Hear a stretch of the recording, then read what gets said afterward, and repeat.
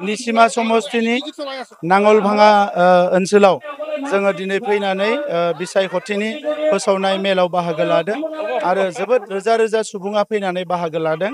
निसिमा समष्टिया UPPL नि समष्टि आरो बेवहाय UPPL आ जोबोद भट लानानै जोंनि बिजाथि रनजित बसुमतारी बिथाङा देरहागोन। दिनै बेवहाय जों माइनरिटि एरियायाव मिटिं गादों, गुबुन गुबुन जायगायाव जों मिटिं गाबाय आरो नुनो मोनदों जे बेवहाय माइनरिटि मानसिफ्राबो जोबोद गोजोननाय मोनदों।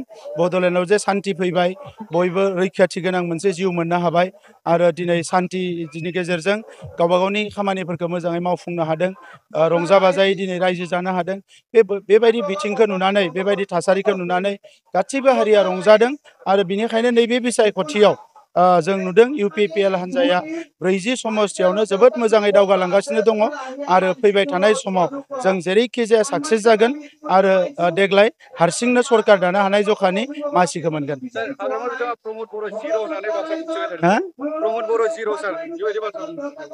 हाग्रामा महिलारि बिथाङा जिर'नि मिनिंखौ मिथिया। जिर'नि सिगांथि 1, 2, 3, 4 होलांनो हायो, नाथाय बिथाङा जुदि 1 बा 2 बा बेवहाय जिर' होदेराबा बिथाङा जेबो मावनो हानाय नङा।